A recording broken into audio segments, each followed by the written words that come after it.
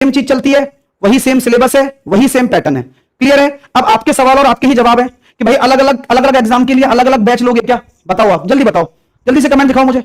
हाँ, तो फटाफट से बताओ कि अलग अलग एग्जाम के लिए अलग अलग बैच लोगे? अगर आप लेते हो तो गलत बात है, जरूरत ही नहीं आपको लेने की। आप क्यों फालतू में दिमाग खराब कर रहे हो अपना, और क्या फालतू में पैसा खराब कर रहे हो? ठीक है सर, यूट्यूब और पेड बैच में क्या फर्क है? भाई देखो, सिस्टमैटिक पढ़ो। यूट्यूब पर हर समय हर चीज नहीं मिल सकती, लेकिन यहां पेड बैच में आप एक सिस्टमैटिक तरीके से पढ़ सकते हो अरेंजमेंट के साथ। और सर पेड बैच हम किसका लें?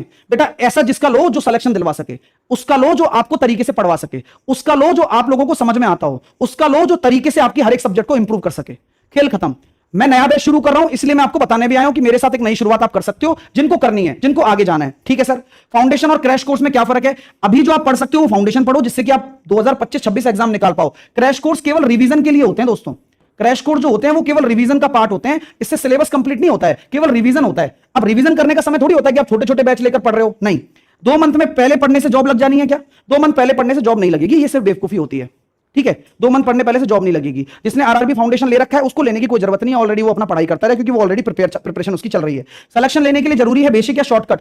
सिलेक्शन लेने के लिए जरूरी है बेसिक के साथ साथ शॉर्टकट सीखना। दोनों एक साथ नहीं सीखे जाते, पहले ये सीखा जाता है फिर ये सीखा जाता है। इकलौते से काम नहीं हो सकता। ठीक है मेरे भाई, चलिए डेली स्टडी करनी है, इर्रेगुलर बल्क स्टडी करनी है। इर्रेगुलर बल्क स्टडी का मतलब पता क्या होता है? वैकेंसी आएगी तब मैं पढ़ूंगा, तब मेरे को लगेगा कि मुझे पढ़ना शुरू करना है। इससे काम नहीं चलेगा मेरे भाई। अगर आप इर्रेगुलर स्टडी कर रहे हो, ज्यादा एक साथ पढ़ने की कोशिश कर रहे हो, तो आप फट जाओगे, आप दिमाग आप कर ही नहीं पाओगे। आप फिर इन्फ्लुएंस होगे, 50 वीडियो में ज्यादा टाइम वेस्ट करोगे, बशर्ते कि आप रेगुलर स्टडी कर लो।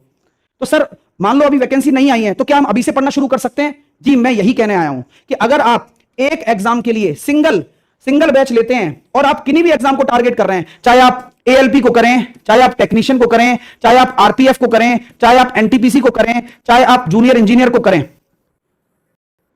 आपको कोई टेंशन लेनी है, कोई टेंशन नहीं लेनी है। आपको सिर्फ एक ही बार पैसा खर्च करना है।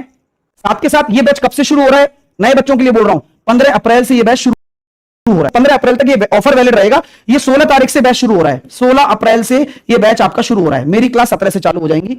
वैलिडिटी